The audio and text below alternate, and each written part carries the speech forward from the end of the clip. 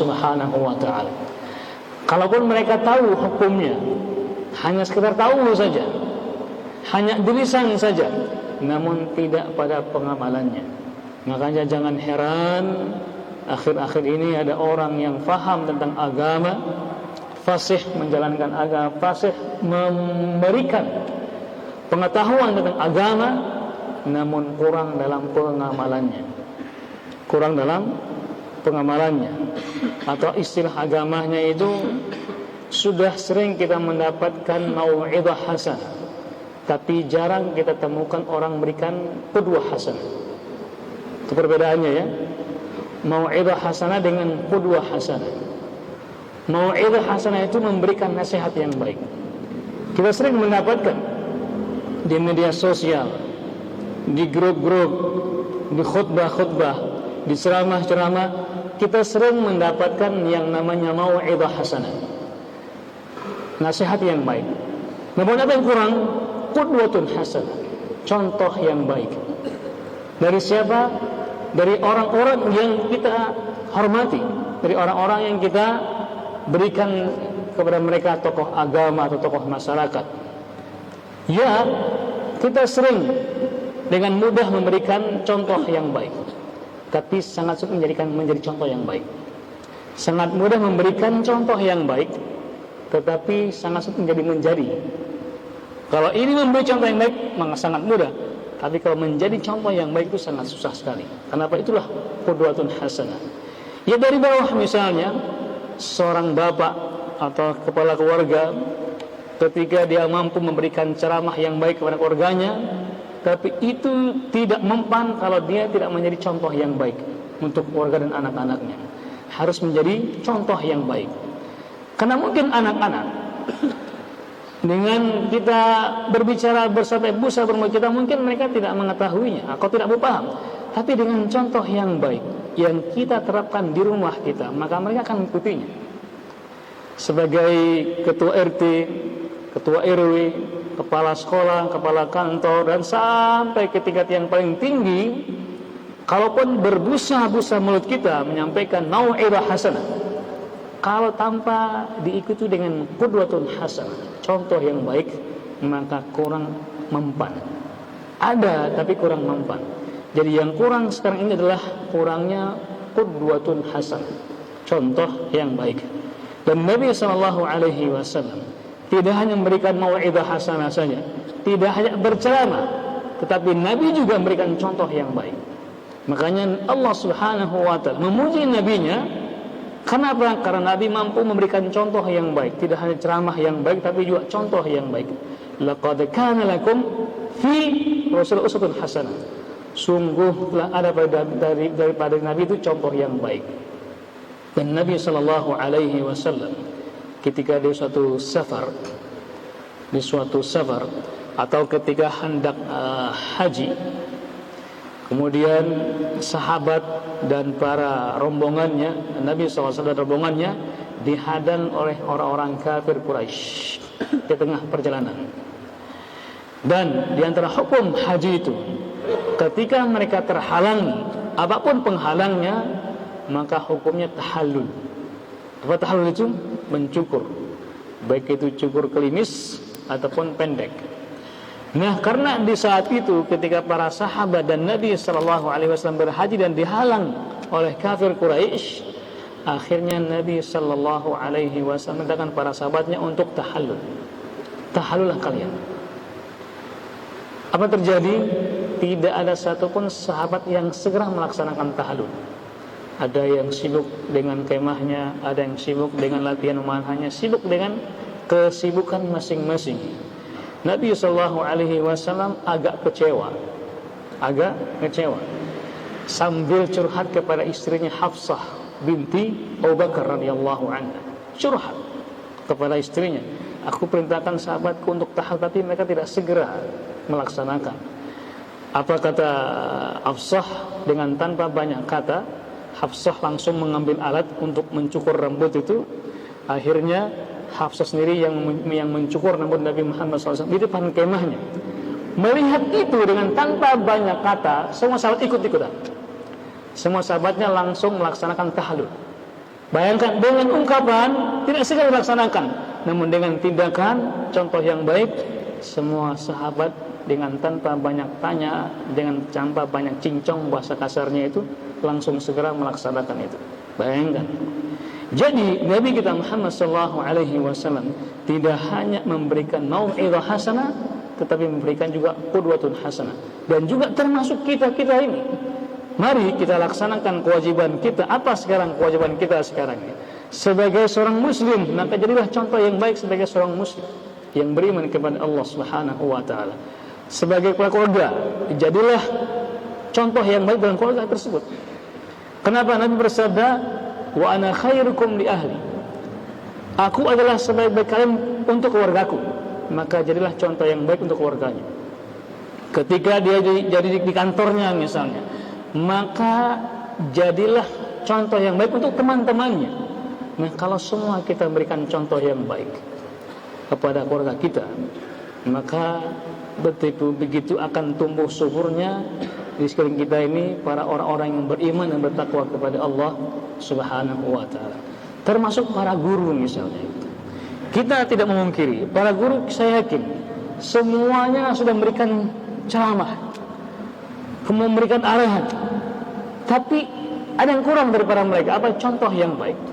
Apa contoh yang baik? Contoh yang paling simpel misalnya, ketika guru melarang muridnya tidak merokok, tapi dia sendiri merokok. Kan itu contohnya kan? Iya, simpel. Nah, bagaimana mungkin anak-anak muridnya akan mentaati arahannya kalau guru tersebut juga tidak melaksanakan apa yang dia perintahkan? Sepele sebenarnya. Makanya tujuan kita di sini adalah untuk mengetahui halal dan haram, wajib dan sunnah, agar kita menjadi a'immatan fid din, sebagai orang-orang yang terdepan di dalam melaksanakan agama ini. Orang-orang yang terdepan dalam melaksanakan agama Allah Subhanahu wa taala. Kalau kita ya tidak melaksanakan, siapa lagi yang akan melaksanakannya? Kalau kita terkikis amalan kita atau ilmu kita, kita tidak membayangkan bagaimana nanti generasi setelah kita yang datang nanti, generasi setelah kita gimana? Akan berkurang, maka mungkin yang hilang itu yang ada hanya namanya Islam, tetapi amaliyahnya kurang dari Islam, atau mungkin terkikis atau enggak ada sama sekali. Na'udzubillah, tsumma na'udzubillah min dzalik. Maka untuk mempertahankan itu dengan adanya pengajian-pengajian ini. Bagaimana cara para ulama atau para sahabat Nabi mempertahankan agama ini dari Nabi Muhammad SAW dan sampai sekarang seperti ini? Bukan dengan turun di jalan, bukan dengan teriak-teriak, seperti ini. Sahabat dahulu mendapatkan ilmu dari Nabi seperti pengajian. Ketika para tabi'in mendapatkan ilmu dari para sahabat seperti ini. Begitu juga imam-imam yang lainnya seperti ini. Bayangkan kalau kita tidak lagi semangat dalam mencari ilmu, ada enggak cara yang lainnya untuk mempertahankan ilmu Allah Subhanahu wa taala ini? Ada enggak cara yang lain untuk mempertahankan atau memperluaskan syiar agama Allah? Tidak ada. Hanya dengan kajian seperti inilah ilmu Allah akan tersebar. Karena dari satu orang misalnya mendapatkan ilmu, kemudian dia menyampaikan kepada anak dan istrinya, atau anak dan istri-istrinya dan anak-anaknya. Semangat, Masya Allah. Maka dengan demikianlah ilmu akan tersebar. Tapi kalau kita diam, anak diam, antum diam, maka ilmu akan terputus. Ilmu akan terputus. Maka tetaplah istiqamah di dalam menjalankan agama ini dan dengan mempelajari agama ini. Kenapa? Karena tujuan kita ke sini, kata Imam Ahmad rahimahullahu taala, bagaimana sih agar kita ikhlas dalam mencari ilmu itu? Kata Imam Ahmad, an yanwi raf'al jahli an nafsihi wa an ghairihi. Dia meniatkan dirinya itu untuk menghilangkan kebodohan dari dirinya dan juga dari orang lain. Kenapa? Karena innal insana lam yuladu aliman. Semuanya tidak ada seorang insan yang lahir dalam keadaan beriman. Berilmu tidak ada. Semua kita bodoh. Dan jangan sampai kita biarkan kebodohan dalam diri kita ini. Karena kebodohan itu adalah kehinaan sebenarnya. Kenapa? Karena Allah memuji orang-orang yang berilmu dan Allah menghina orang-orang yang bodoh. Berarti kalau kita tidak menghadiri majelis ilmu, berarti membiarkan kebodohan dalam diri kita. Artinya apa? Berarti kita memberikan hina ada pada kita, membiarkan kehinaan ada pada kita, nempel terus. Kapan kita angkat? Sampai kita berilmu. Makanya kata Imam Ahmad rahimahullah ta'ala, kita datang ke sini apa niatnya? Mengangkat kebodohan dari diri kita dan juga dari orang lain. Tujuan kita tidak hanya untuk kita, tapi juga untuk orang lain. Ali radhiyallahu anhu ketika ditanya, manakah yang paling mulia, ilmu atau harta? Ayo, manakah yang paling mulia, ilmu atau harta?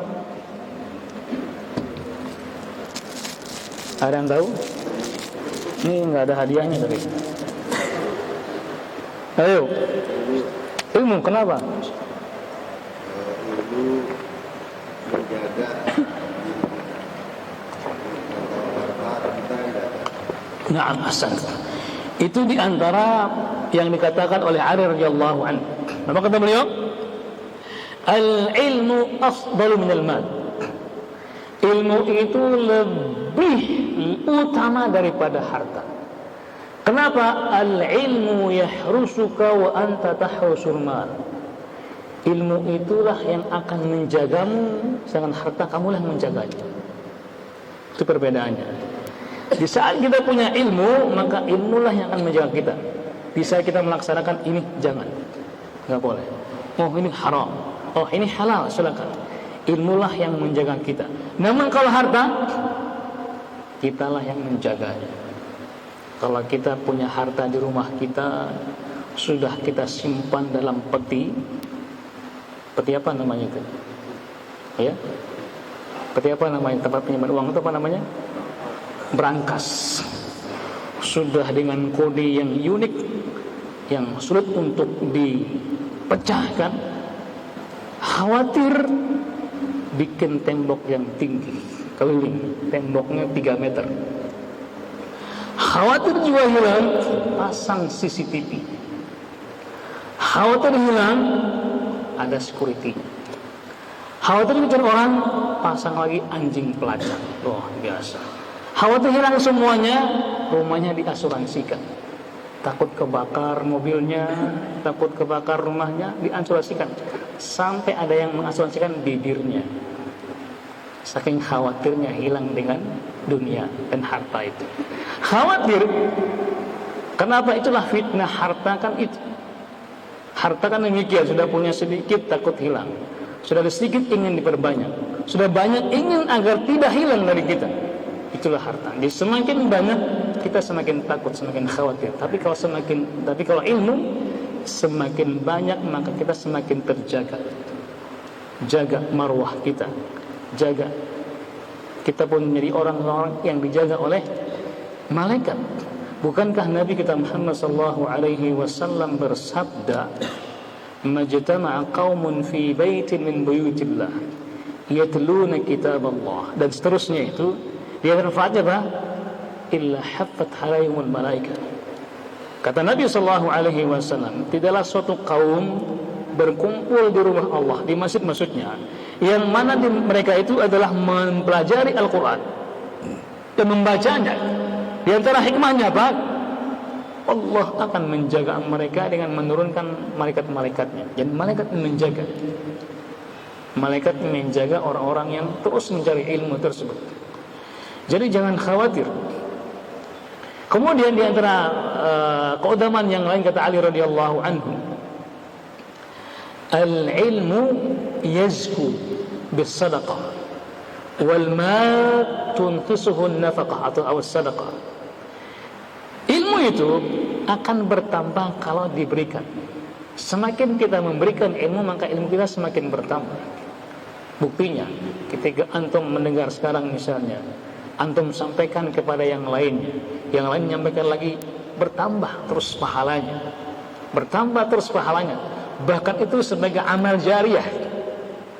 dan ilmu itu nggak akan berkurang, bahkan bertambah. Tapi kebalikannya, harta, kalau kita punya harta, sekarang contoh misalnya 1 juta diberikan kepada antum, habis kan? Masing-masing berapa dikasih? Habis. Makanya harta dibagi, habis. Kalau ilmu dibagi, tidak akan habis. Itulah diantara perbandingan ilmu dengan harta. Dan banyak lagi yang lainnya, kata Imam Ali radhiyallahu anhu ketika beliau menjelaskan perbedaan ilmu dengan harta. Kemudian, manakah yang lebih bermanfaat, ilmu ataupun ibadah? Ada ahli ibadah, ada ahli ilmu. Ahli ilmu, nah, kalau ada orang yang beribadah dengan tanpa ilmu, itulah yang dikatakan dalam Al-Quran waladhdallin. Bukan pula orang-orang yang zalim, orang yang sesat dalam surat Al-Fatihah itu. Kenapa dikatakan sesat? Karena dia beribadah dengan tanpa ilmu. Beribadah dengan tanpa ilmu. Namun ketika ada orang yang berilmu, kemudian dia beribadah, maka dia beribadah dengan ilmunya. Makanya orang yang berilmu ketika dia beribadah, kualitasnya berbeda dengan orang yang beribadah dengan tanpa ilmu. Apalagi ada orang yang mengatakan, yang penting kamu terbuat, katanya. Yang penting kamu terbuat. Yang penting kita sudah melaksanakannya dengan tanpa menghadirkan ilmu dalam menjalankan. Beda dengan orang yang berilmu kemudian dia mengamalkan ilmunya, sehingga ilmu yang dia laksanakan sangat-sangat berkualitas. Berbeda orang yang mengamalkan dengan tanpa ilmu. Jadi kemudian orang yang berilmu, maka efeknya kepada orang lain. Tapi kalau orang ahli ibadah, hanya untuk dia saja ibadah. Tapi kalau orang yang berilmu, maka efeknya kepada yang lainnya. Kenapa? Karena dia menyampaikan ilmu. Itulah diantara keutamaan ilmu dibandingkan hanya ibadah saja. Baik, kita masih ada waktu ya? Masih ya, kita bacakan satu hadis, karena hadisnya cukup pendek sebenarnya. Nah, kita baca aja. Bismillahirrahmanirrahim. Wassalamu ala Rasulillah. Qala al-musannifu hafizallahu ta'ala. Hadits sami'at wa sab'in. Wa 'an Abi Hurairah radhiyallahu anhu qala qala Rasulullah sallallahu alaihi wasallam, man ata'ani faqad ata'a Allah, wa man 'asani faqad 'asa Allah, wa man yuti'il amira faqad ata'ani, wa man ya'sil amira faqad 'asani. Muttafaqun 'alaihi. Naam, sahabat Abu Hurairah radhiyallahu anhu, sahabat diantara sahabat yang paling banyak meriwayatkan hadis dari Nabi kita Muhammad sallallahu alaihi wasallam. Nama beliau aslinya Abdurrahman bin Sakhar ad-Dawsi. Abdurrahman bin Sakhar ad-Dawsi. Beliau bermulazamah dengan Nabi sallallahu alaihi wasallam selama 2 tahun.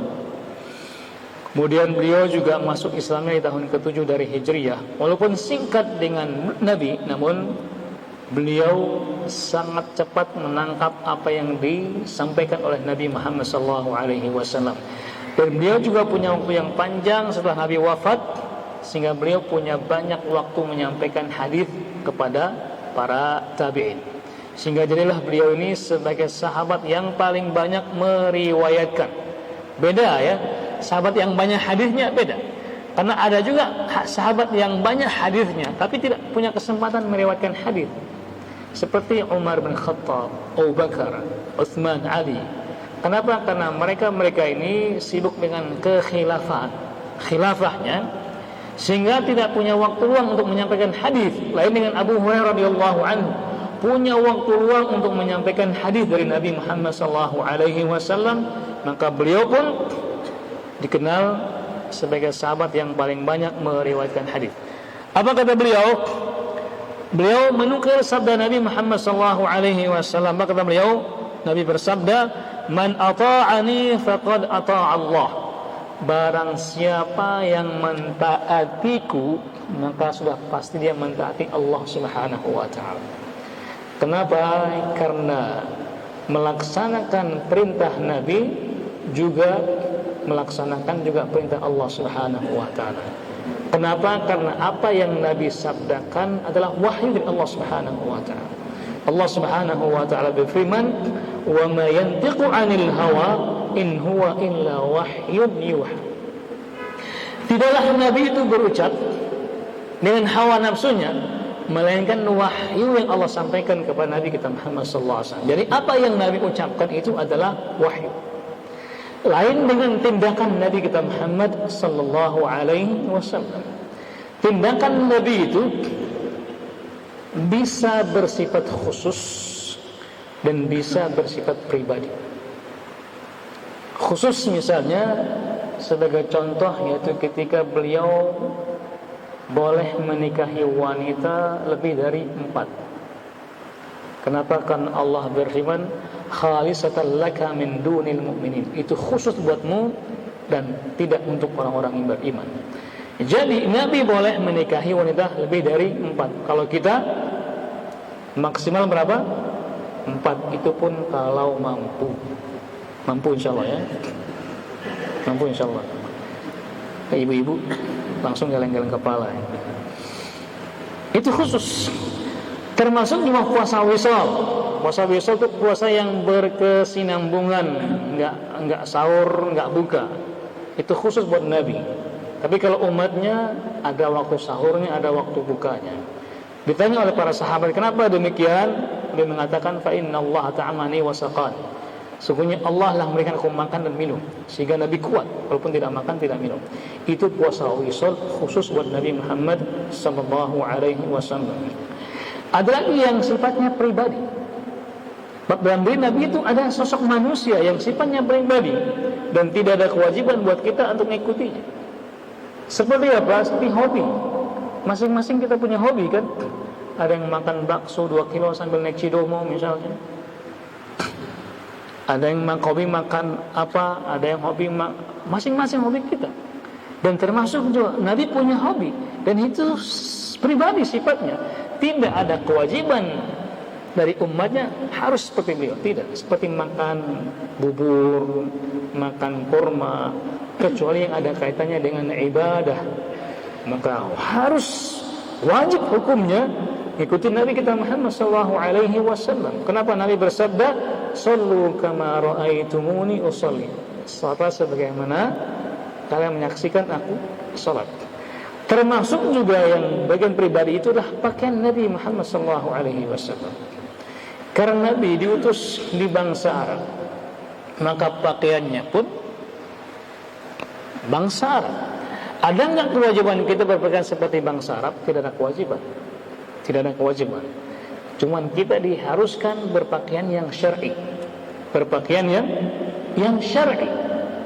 Apapun warnanya, coraknya, modelnya, stylenya, selama itu syar'i, silakan pakai. Silakan pakai. Tetapi kalau ada orang memakainya karena benar-benar ikut Nabi, itulah yang terbaik. Itulah yang terbaik. Mengikuti pakaian seperti yang Nabi pakai, maka itulah yang terbaik. Kenapa? Karena dia ingin mencontohi Nabi kita Muhammad sallallahu alaihi wasallam. Kenapa? Karena dia mengidolakan Nabi kita Muhammad sallallahu alaihi wasallam. Maka seorang yang mengidolakan seorang pasti ingin ikut atau ingin bersama dengan para idolanya. Maka mari kita mengidolakan Nabi kita Muhammad sallallahu alaihi wasallam. Jadi orang yang mentaati Allah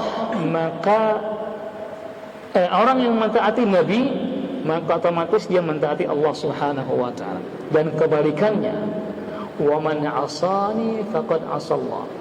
Dan barang siapa yang bermaksiat kepada Rasul, otomatis dia juga bermaksiat kepada Allah Subhanahu wa taala. Itu sudah konsekuensinya.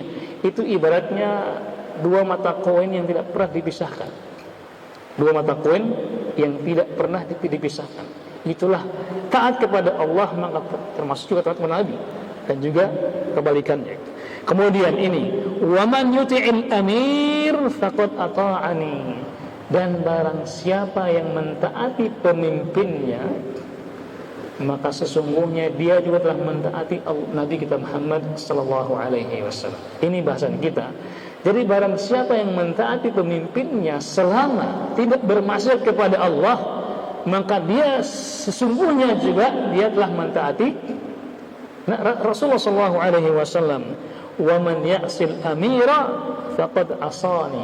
Dan barang siapa yang membangkang, tidak mentaati pemimpinnya, maka dia juga telah bermaksiat kepada Nabi kita Muhammad sallallahu alaihi wasallam. Ini hadisnya sahih karena muttafaqun alaih. Artinya itu hadis yang diriwayatkan Imam Bukhari dan juga Imam Muslim dengan redaksi lafaz dan makna yang sama.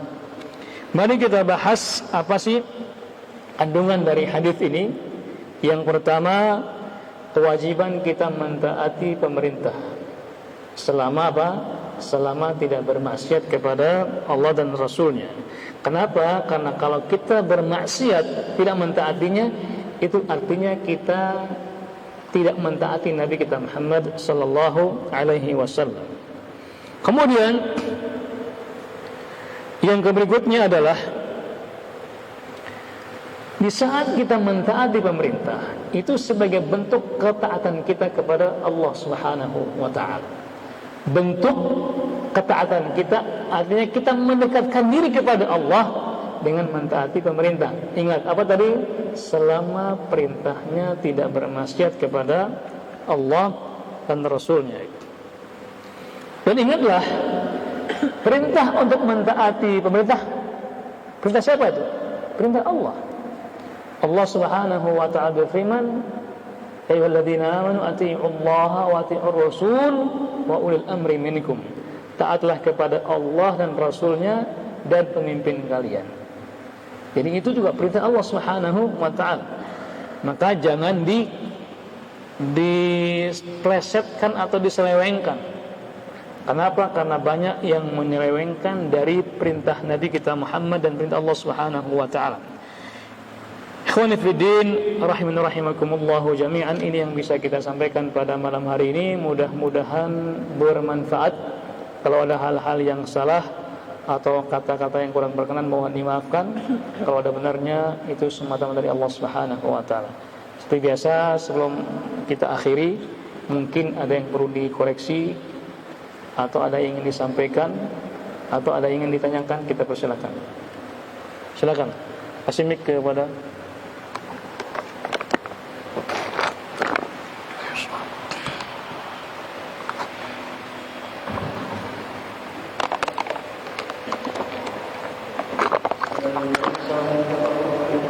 Waalaikumsalam. Silakan.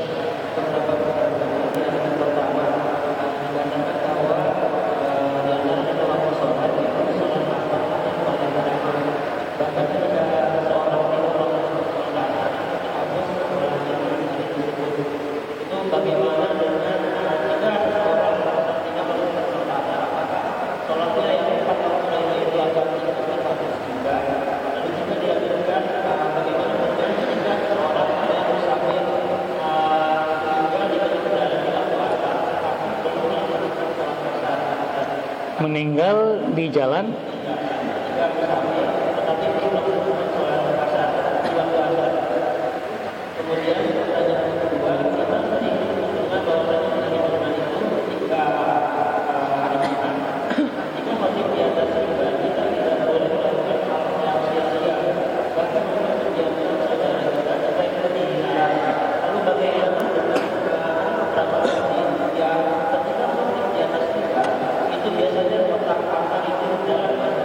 Masya Allah.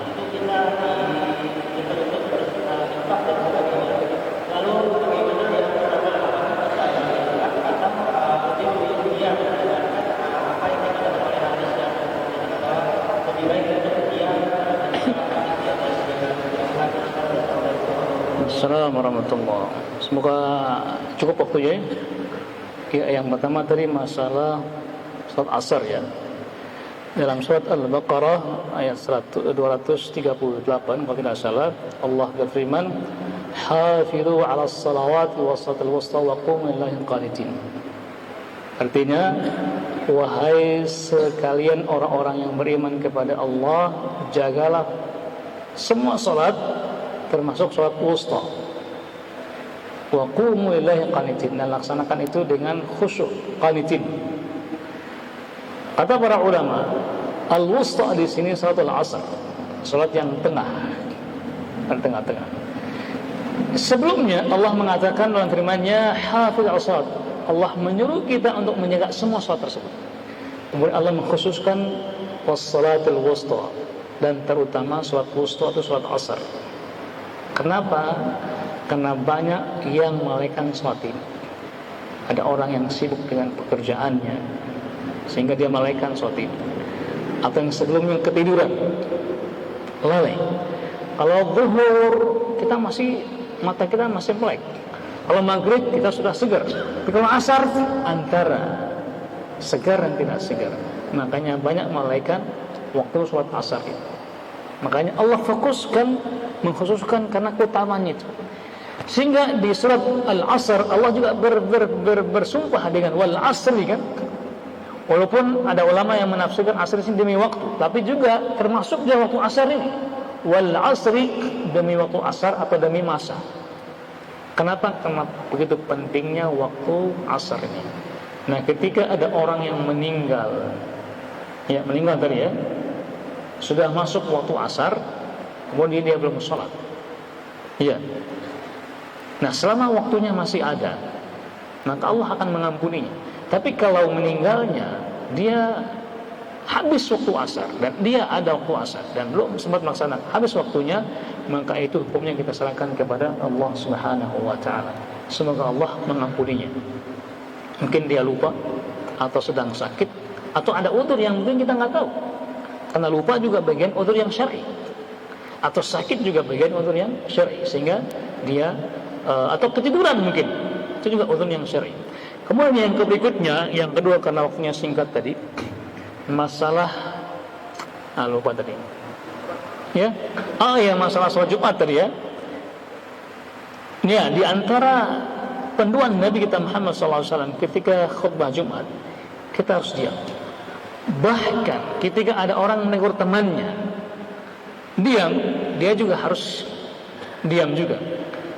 Bahkan man massal hasa, barang siapa yang menggerakkan kerikil, itu faqad lagha, maka dia telah melampaui batas. Wa man lagha fala jum'atalah, dan barang siapa yang lagha maka tidak ada Jumat baginya. Nah, di sini perdebatan para ulama. Lagha ini apakah ada Jumat atau intinya Jumatnya tidak sempurna. Pahalanya ada tapi Jumatnya tidak sempurna. Wallahu ta'ala. Kita akhiri dengan doa majelis. Subhanaka wa bihamdika asyhadu an la ilaha illa anta wa astaghfiruka wa atubu ilaik. Wassalamualaikum warahmatullahi wabarakatuh.